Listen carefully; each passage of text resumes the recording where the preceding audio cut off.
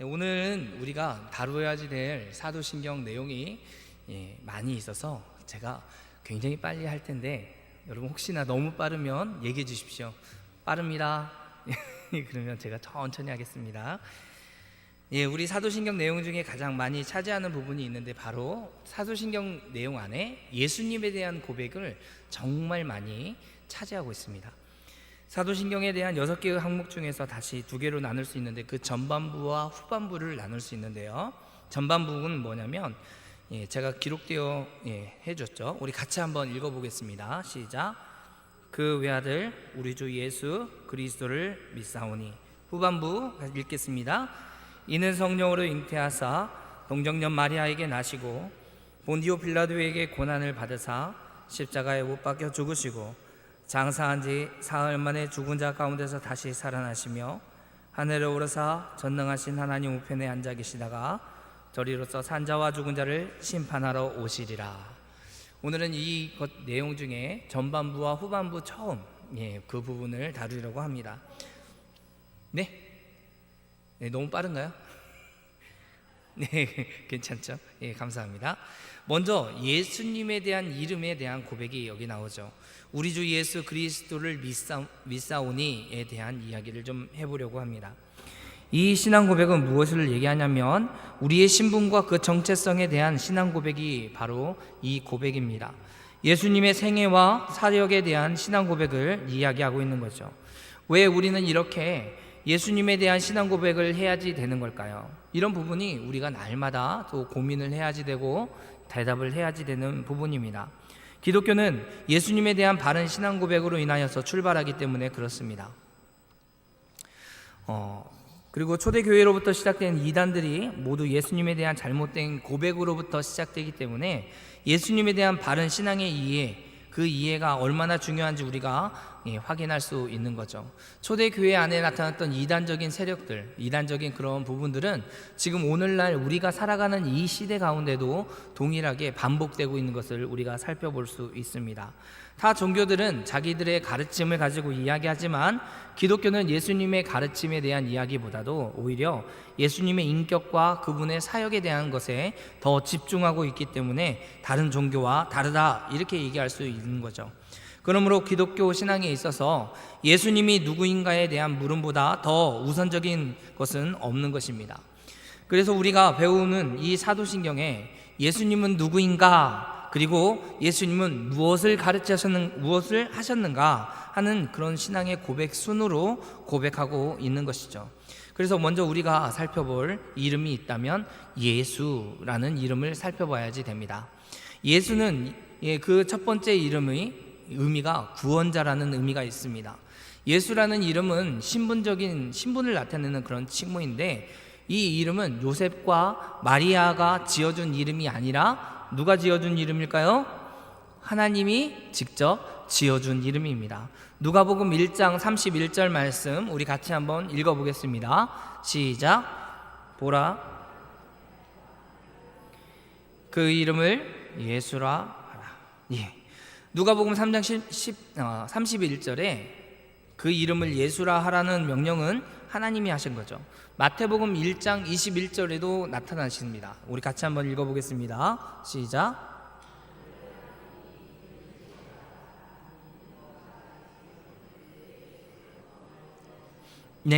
아들을 낳을 것인데 이름을 누구라고 하라고요? 예수라 하라. 마리아와 요셉이 지어준 이름이 아니라 하나님이 가르쳐준 이름이고 그 의미가 뭐냐면 구원자다라는 뜻이 있는 거죠. 그래서 예수님의 이름의 뜻 첫 번째 구원자에 대해서 우리가 좀 생각해 보겠습니다. 예수님은 하나님의 구약 성경을 통해서 계속해서 보내주고 있는 약속하신 구원자이시죠. 창세기부터 말라기까지 수천 년 동안 그 약속하신 그분이 바로 예수님입니다. 다른 구원자는 우리에게 보낸 일이 없으시는 거죠. 또 두 번째, 예수님의 그 뜻의 예수님 이름의 의미는 죄로부터 구원하셨다 하는 겁니다. 어디서부터 구원하셨다고요? 죄로부터 구원하셨다는 겁니다. 예수님은 질병으로부터 구원, 어떤 불완전한 마음으로부터의 구원, 어떤 폭력과 억압으로부터의 그런 구원, 또 배고픔으로부터의 그런 구원이 아니라 어디서부터 우리를 구원했다? 죄로부터 우리를 구원했다는 의미를 갖고 있는 거죠. 또 예수님의 이름에 세 번째 의미가 있습니다. 구원받은 하나님의 백성으로서 그 이름을 주신 거죠. 여러분, 구원받은 사람은 하나님의 백성이라 불려지게 됩니다. 어느 민족이나 남녀노소, 빈부귀천을 구별하지 않고 예수님을 믿어 자기 죄를 용서받은 사람들은 모두 하나님의 백성이 되는 것이죠. 그래서 예수님의 이름을 헬라어로 얘기하면 구원자라고 얘기를 하지만 히브리어로는 여호수아라고 얘기를 합니다. 우리가 여호수아 하면 누가 기억납니까? 여호수아. 구약에 누구 기억나죠?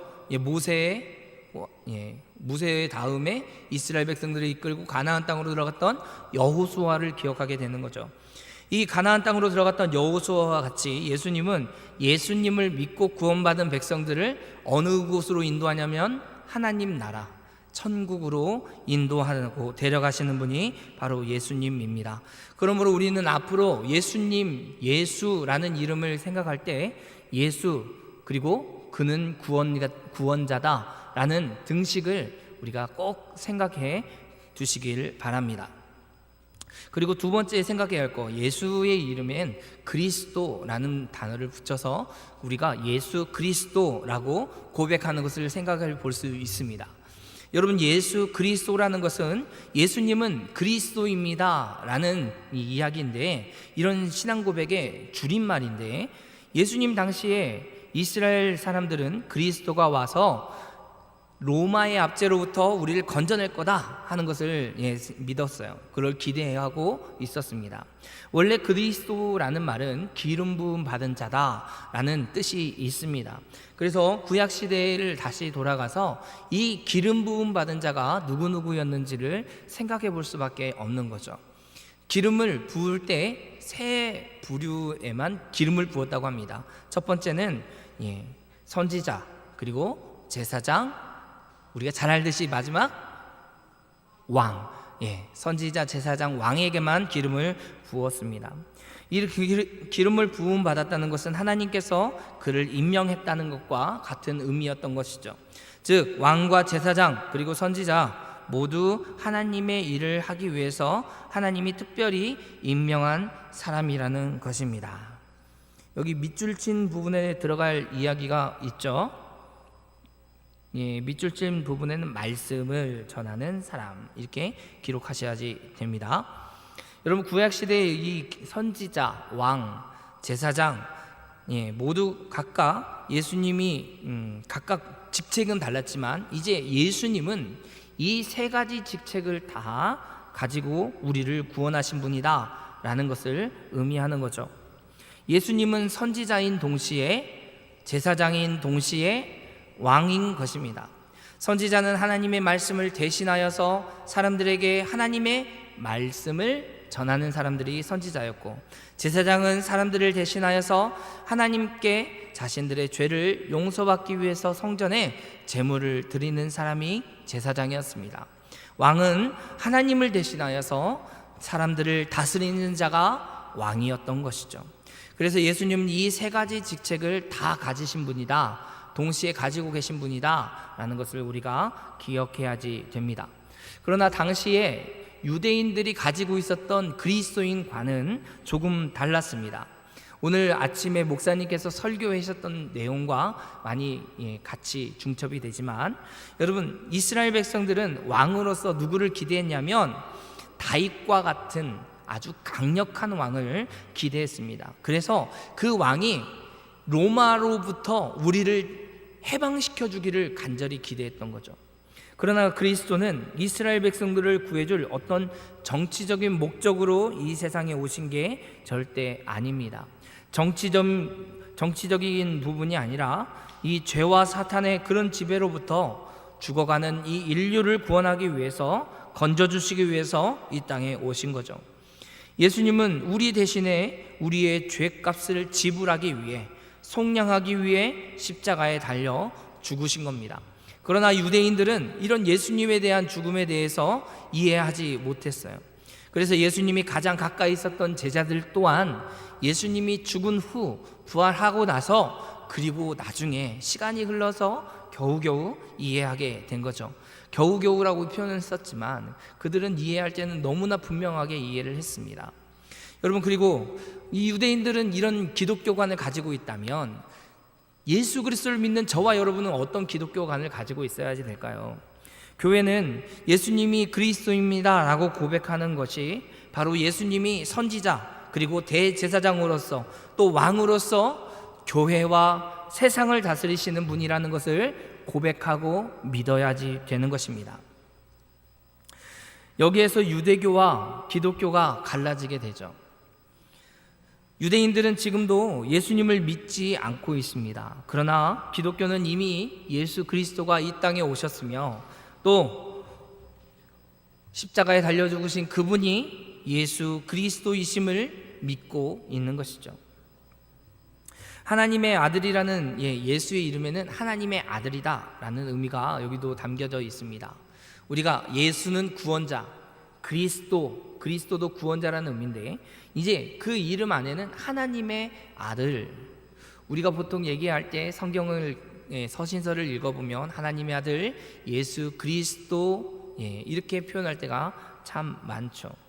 원래 구약시대에 천사나 왕이나 또 이스라엘 민족 전체를 통틀어서 하나님의 아들이라고 부르기도 했습니다. 그러나 예수님은 하나님의 아들이라고 부르는 다른 의미가 있었는데 바로 무엇이냐면 예수님이 하나님과 동등된 신성을 가지고 있다는 그런 고백이 여기에 담겨져 있는 거죠. 성경에는 예수님을 어떤 분이라고 부르면 독생자다라고 요한복음 1장 41절에 이야기하고 있습니다. 독생자. 이것은 하나밖에 없는 아들이다 라는 뜻이 아니라 영원전부터 동등한 신성을 가지고 교제해온 아주 독특한 관계라는 의미가 여기에 담겨져 있는 거죠. 예수님이 유대인들에게 어떤 이야기를 하냐면 요한복음 10장 30절 말씀을 보면 나와 아버지와 나는 하나다 라는 말을 했습니다. 그때 유대인들이 어떻게 했을까요? 유대인들이 막 화가 나서 돌을 집어서 던지려고 했습니다. 그래서 예수님을 쳐 죽이려고 했던 사건을 우리는 잘 알고 있죠. 여러분, 이 사건은 하나님과 자신을 동일시하는 그런 의미가 여기에 담겨져 있기 때문에 유대인들은 이렇게 고백하고 이야기하는 예수님께 대하여 돌을 들어서 쳐서 죽이려고 했던 것입니다. 그러므로 우리가 예수님을 하나님의 아들이라고 부르는 것은 예수님이 삼위일체 하나님 가운데 한 분, 성자 하나님이심을 우리가 고백하는 겁니다. 그래서 이 예수라는 이름 안에 우리가 이런 것들을 다 포함하고 있는 거죠. 마지막 네 번째로 우리가 생각해 봐야 할 게 있다면 바로 주님이라는 고백입니다. 예수님은 주님이십니다. 믿으십니까? 이렇게 고백하십니까? 그렇다면 그 의미가 무엇인가 잘 들으셔야지 될 겁니다. 주님이라는 말은 보통 주인이 타인이 주인에게 하는 용어이죠. 그러나 예수님은 주라고 부르는 의미는 구약시대의 그런 배경을 좀 살펴봐야지 됩니다. 구약시대에는 여호와 하나님에 대한 대명사로서 주를 사용했습니다. 주라는 단어를. 그래서 유대인들은 구약 성경을 읽을 때 여호와라는 이름이 나오면 가서 펜을 놓고 가서 몸을 씻고 다시 기록했다는 얘기도 있죠. 그리고 여호와라는 이름을 여호와라고 부르지 않고 어떻게 거룩한 그분을 부르느냐? 그래서 아도나이, 그래서 주로 부르게 됩니다. 그래서 이 주로 바꿔서 읽게 되는데 그 부분이 아주 잘 나타나는 성경이 있는데 그게 바로 70인역이라는 성경입니다. 70인역에는 6,000명의 사람들이 6,000번 이상의 여호와라는 말들이 전부 다 주라는 단어로 바뀌어져 번역되어 있습니다. 또 예수님의 제자 중에 도마가 예수님의 부활을 목격하고 나서 예수님에게 무엇이라 고백하냐면 나의 주, 나의 하나님, 이런 고백을 하게 되는 거죠. 그래서 이 주라는 단어를 하나님의 동등한 의미로 얘기하고 있는 거죠. 사도 베드로도 오순절 설교를 통해서 예수님을 뭐라 고백하냐면 예수님의 주되심을 선포하고 있습니다. 사도행전 2장 36절, 오늘 우리 같이 한번 읽어보겠습니다. 사도행전 없습니까? 없네요. 제가 읽어드리겠습니다. 사도행전 2장 36절. 그런즉 이스라엘 온 집은 확실히 알지니 너희가 십자가에 못 박은 이 예수를 하나님이 주와 그리스도가 되게 하셨느니라 하니라. 주와 그리스도가 되게 하셨느니라 라고 분명하게 선언하고 선포하고 있습니다. 그러므로 예수님을 주님이라고 하는 것은 예수님은 나의 왕이십니다. 그리고 나의 주님이십니다 라는 의미가 여기에 담겨져 있고, 우리는 그 고백으로 주님이라고 고백하는 거죠.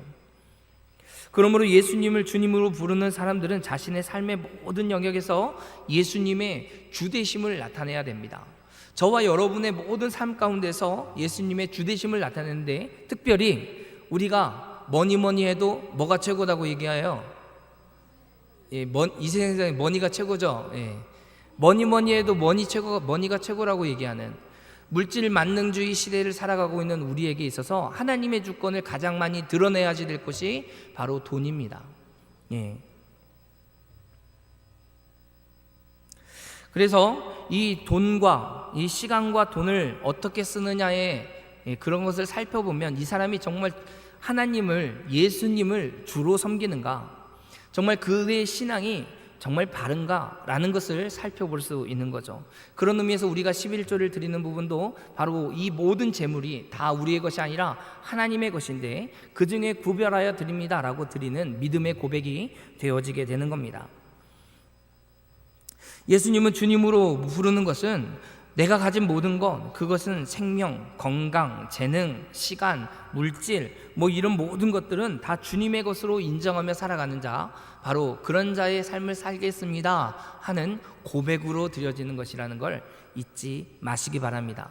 이제는 예수의 이름 안에 어떤 의미가 있는지 잘 살펴보았습니다. 그래서 우리가 두 번째로 살펴봐야 할 게 있습니다. 오늘 분량이 많기 때문에 빨리 넘어갑니다. 괜찮으시죠? 네. 두 번째로는 예수님의 탄생에 대해서 살펴볼 수밖에 없습니다.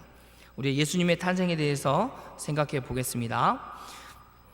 여러분, 예수님은 우주에서 가장 독특한 분이십니다. 왜냐하면 신성과 인성이 동시에 가지고 계신 분은 예수님밖에 없기 때문에 그렇습니다. 예수님은 완전한 하나님이신 동시에 완전한 인간이 되어서 우리를 구원하시려고 이 땅에 오셨죠. 예수님은 하나님으로서 존재하던 이 성자 하나님, 하나님의 신성 그대로를 보존하시면서 완전한 사람으로 출생하게 됩니다. 아주 독특한 모습으로 출생하게 되는 거죠. 성경에 보면 처녀가 잉태하여 아들을 낳았는데 그 이름을 무엇이다?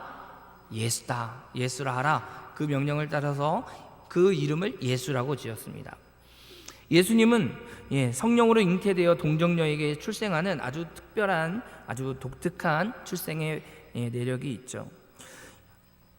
당연히 불신자들은 여기에 대해서 의문을 갖고 가질 뿐 아니라 믿지 않습니다.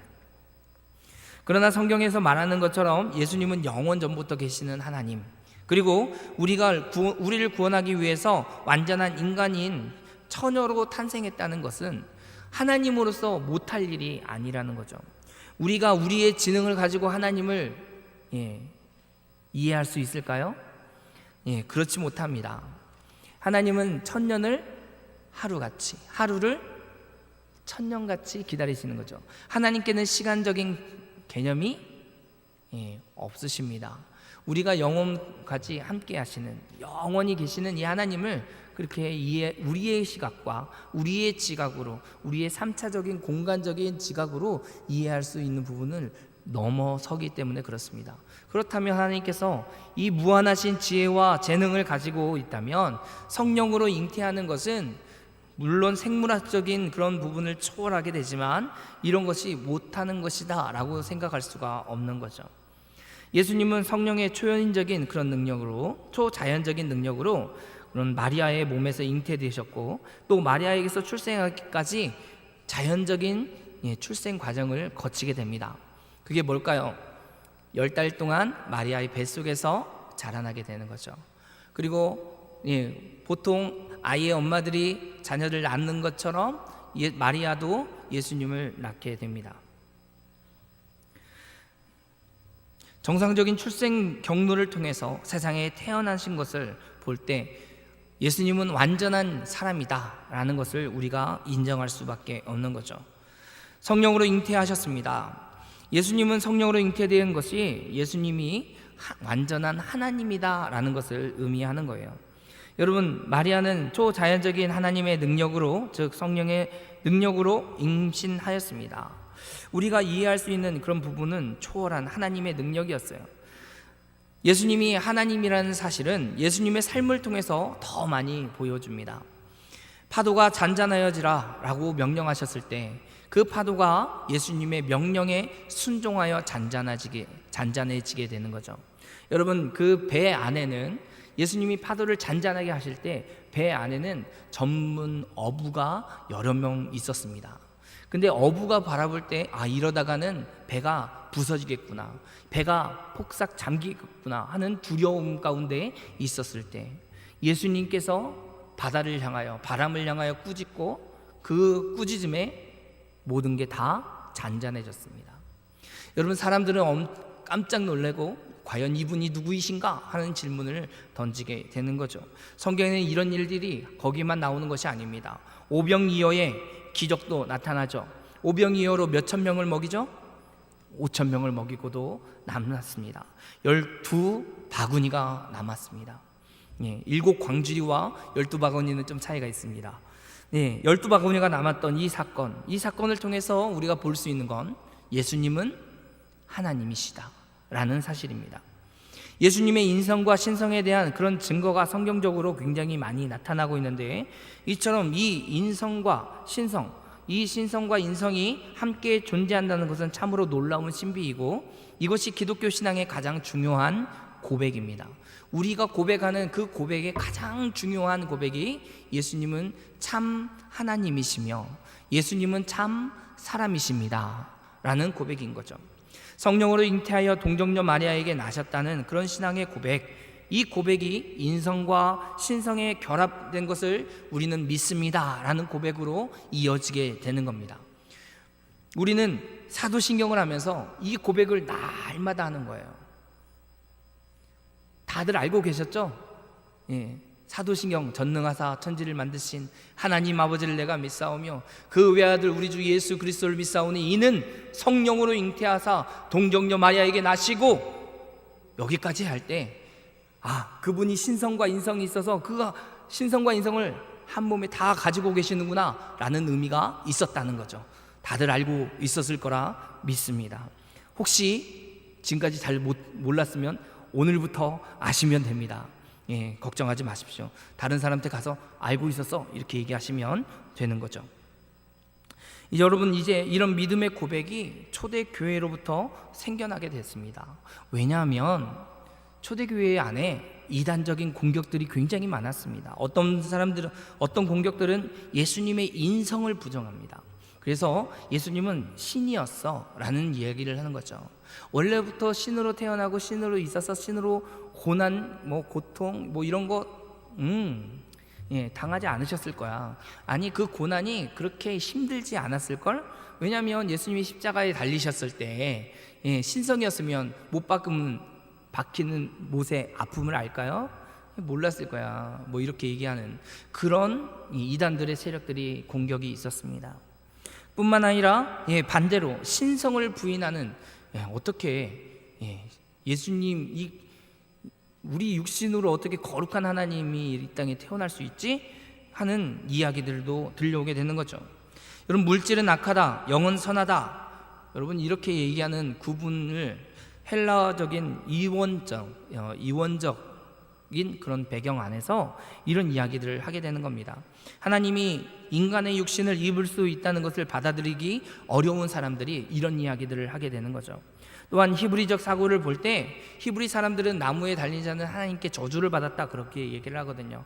그래서 나무에 달려 죽은 예수 그리스도, 그가 하나님이었을 리는 없다 있다라고 이 부분에 대해서 하나님과 동등된 사실에 대해서 히브리 사람들도 그런 사고를 가지고 있는 사람들도 받아들이기가 어려웠던 것입니다. 그래서 이런 이단들이 교회 안에 계속 공격해 왔어요. 예수님은 사람이 아니었어, 신이었어, 이런 얘기들. 예수님은 신이 아니야, 사람이었어, 이런 이야기들이 교회 안에 들어오게 되었습니다. 그래서 필요했던 게 바로 이 사도신경의 신앙의 고백이 필요했던 거죠. 여러분, 예수님은 완전한 인간이십니다. 몇 곳 성경을 좀 더 살펴보기를 원하는데, 예수님은 완전한 인간인 동시에 사람으로서 출생하시고 자라고 성장했던 거죠. 여러분, 인간이 아니라 그냥 하나님으로 태어나셨다면 응애하고 태어나지 않았을 겁니다. 어린아이가 엄마 뱃속에서 딱 태어나서 처음 하는 말이 뭐죠? 응애이죠. 제가 뭐 비슷하게 했나요? 근데 만약에 예수님이 하나님이었으면 어떻게 태어났을까요? 나왔다, 이렇게 얘기했을 거예요. 그렇게 하지 않으셨습니다. 배고플 때 뭐라고 얘기했어요? 어린아이들은 어떻게 해요? 배고프면 울죠. 근데 예수님은 만약에 사람이 아닌 신으로서 예수님이 태어났으면 예수님 어떻게 했을까요? 배고프다, 밥 주라, 이렇게 얘기했을 겁니다. 제가 너무했나요? 신이라고 이렇게 반박하는, 신이고 사람이 아니라는 것에 반박하는 사람들이 이런 식으로 얘기하고 접근할 수밖에 없는 거죠. 절대 이해할 수 없는 부분, 동의할 수 없는 부분으로 얘기하게 되는 겁니다. 그러나 성경을 보게 되면 예수님은 배고파 하셨습니다. 마태복음 21장 18절에는 배고파 하시는 예수님의 모습이 나오고, 또 요한복음 4장 7절의 말씀을 보면 목말라 하셨습니다. 그리고 마가복음 4장 38절 말씀을 보면 피곤해 하셨습니다. 이것뿐이 아닙니다. 성경 곳곳에 복음서 안에는 예수님의 기쁨과 슬픔과 사랑과 연민과 놀람과 분노가 다 기록되어 있는 것을 볼 수 있는 거죠. 다양한 감정을 경험하게 됩니다. 여러분, 하지만 예수님은 모든 일을 우리와 한결같이 시험을 받으시되 죄는 없으신 분이었던 것을 우리는 잊어서는 안 됩니다. 예수님은 완전한 하나님이셨습니다. 그리고 예수님의 신성에 대한 그런 증거가 성경에도 곳곳에 나오죠. 아까 우리가 잠깐 살펴보았던 오병이어 기적, 파도와 바람을 잔잔케 하는 하나님의 그 놀라운 신성, 그것뿐이겠습니까? 요한복음 2장 1절부터 11절 말씀을 보면 물이 변하여 포도주 됐네, 물이 변하여 포도주 됐네, 이찬에 애들에게 가르치는 게 아니라 물이 변하여 포도주를 만드신 하나님의 그 예수님의 신성이 드러나게 되는 거고, 또 요한복음 5장 1절에서 9절 말씀을 보면 38년 된 병자들을 일으키는 하는 예수님의 신적인 부분이, 신성이 나타나게 되는 거죠. 죽은 나사로를 살려낼 뿐 아니라 군대 귀신 들렸던 자가 하나님 앞에 그 명령을 따라서 말씀으로 쫓겨나가는 이 놀라운 일들, 그리고 여러 가지 다양한 기적들이 나타나게 됩니다. 신약 성경 안에는 예수님의 신성에 아주 직접적인 표현들이 많이 드러나고 있는 것을 우리는 확인할 수 있고 읽어갈 수 있는 거죠. 예수님은 완전한 인간으로서 중보자의 자격을 가지고 있었던 것도 우리가 알 수 있습니다. 여러분, 예수님이 왜 인간이셔야지 되고 왜 완전한 하나님이셔야지 됩니까? 그것이 굉장히 그렇게도 중요합니까? 하는 질문을 할 수밖에 없는 거죠. 잠깐 우리 한번 생각해 보기를 원합니다.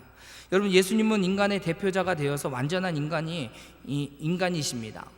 여러분, 그런데 인간이 처음 아담이 죄를 범할 때 누구에게 대한 죄를 범했을까요? 우리가 마태복음 창세기를 쭉 읽어보면 아담이 죄를 범할 때 하나님같이 되려고 하였던 그의 죄가 있습니다. 하나님을 대적한 아담의 그 죄, 인류 대표로서 지었던 그 죄 때문에 우리 모든 인류에게 사망이 선고되어지게 된 거죠. 아담이 지은 죄의 그 문제를 해결하기 위해서는 참된 인간이 그 죄를 담당해야지 되었던 것입니다. 하나님이 그 인간의 죄를 담당할 수가 없었던 거죠. 천사나 동물이나 인간의 죄를 대신 이것을 감당해 줄 수가 없었습니다. 구약시대의 제사의 제도를 보게 되면 우리가 너무나 잘 알죠. 해마다 정한 절기에 와서 하나님께 화목제를 드려야 됩니다. 2017년이라고 예를 들어보겠습니다. 2017년도에 화목제물을 드렸어요. 그러면 2018년도엔 안 드려도 됩니까? 구약 제사 제도를 따르면 해마다 드려야 됩니다. 18년에도 드려야 이게 18년 하니까 좀 그러네요. 18년 2010 말하지 않겠습니다. 내년에도 드려야 되고 내후년에도 드려야 되고 이거 좀 내년에는 말하기가 참 곤란하겠다 예상이 되네요. 여러분, 예수님은 그러나 단번에 제사를 드렸습니다. 히브리서 10장 12절, 우리가 10장 12절을 볼 수 있는데 세 번역으로 보게 되면 이렇게 기록되어 있습니다. 제가 한번 읽어드립니다. 그러나 그리스도께서는 죄를 사하시려고 단번에 영원히 유효한 제사를 드린 뒤에 하나님 오른쪽에 앉으셨습니다. 우리가 읽고 있는 성경에는 뭐라고 되냐면 한 영원한 제사라는 얘기를 기록하고 있어요. 그러나 세 번역에는 뭐라고 하냐면 단번에, 한 번에 영원한 유효한 제사, 영원히 유효한 그 제사를 드렸다. 예수님이요. 여러분, 인간이 아니고서는 그렇게 할 수가 없는 거죠. 인간이 아니고서는, 참된 사람이 아니고서는 우리의 죄를 그렇게 담당할 수가 없는 겁니다. 여러분, 우리의 고통과 그 연약함도 주님은 도우시죠. 예수님은 우리의 죄를 대신하여서 형벌을 받으시고 의를 이루기 위하여서 반드시 인간이어야 됐습니다. 예수님이 완전한 인간이어야지만이 우리 인간의 고통과 그 연약함을 그리고 동일하게 체험할 수 있고 또 고통과 그 연약함 속에서 우리를 도울 수 있기 때문입니다. 예수님이 또한 완전한 하나님이어야지 되는 이유도 말씀드리겠습니다. 우리가 인간이 되어야지 되는 것에 대해서는 조금 이해를 하셨죠? 네, 하신 걸로. 그렇게 쳐다보시면 저는 당황스럽습니다. 네. 우리 예수님은 완전한 인간이십니다. 그런데 이제 우리가 한 가지 더 질문을 해야지 되는 거죠. 뭐냐면, 그러면 왜 하나님이셔야 됩니까? 하는 질문을 해야 되는 거죠. 하나님에 대한 바른 지식을 전해주기 때문에 그렇습니다. 하나님만이 하나님에 대한 지식을 바로 전해주고 계시할 수 있기 때문에 예수님은 하나님이셔야지만이 됐던 거죠. 예수님이 하나님이시기 때문에 하나님에 대한 올바른 진리를 계시해 줄 수 있습니다. 그리고 두 번째로는 우리 인간의 하나님께 대한 죄를 범하였습니다. 사람이 하나님에 대해서 죄를 범했어요. 그러면 용서는 누가 할 수 있는 거죠? 하나님이 하실 수 있는 거죠. 그렇기 때문에 하나님밖에 할 수 없는 그 용서, 예수님이 하나님이 만약에 아니라면 우리를 구원해 줄 수 있는 자격도 또 능력도 없는 겁니다. 여러분, 예수님이 하나님이시기 때문에 전 인류, 전 세대를 통하여 과거로부터 지금까지 그리고 이후로부터 앞으로 주님 오시는 그날까지 예수 그리스도를 믿고 고백하는 모든 하나님의 백성, 이 60억이 넘는 70억이 다 넘는 이 지구 안에 살아가는 모든 사람들의 죄를 다 담당할 수 있는 것입니다. 하나님이시기 때문에. 예수님은 참 인간이시며 참 하나님이시고, 그렇기 때문에 우리가 무엇이라 고백할 수 있냐면 유일하신 중보자. 그래서 우리는 중보기도 이렇게 얘기하면 안 됩니다. 여러분, 중보는 유일하신 예수님밖에 없는 거죠. 여러분, 그러므로 예수님은 완전한 하나님인 동시에 완전한 인간이 되심으로 하나님과 인간 사이의 문제를 연결해주고 해결해주고 또 중보해주시는 중보자가 되어주시는 겁니다. 성령으로 잉태되어 동정녀 마리아에게 나심, 곧 예수님이 신성과 인성을 가지신 우리의 유일한 중보자 되심을 고백하는 것이 바로 우리 신앙인 것입니다. 오늘 이렇게 여기까지 잘 들어주신 여러분 감사합니다.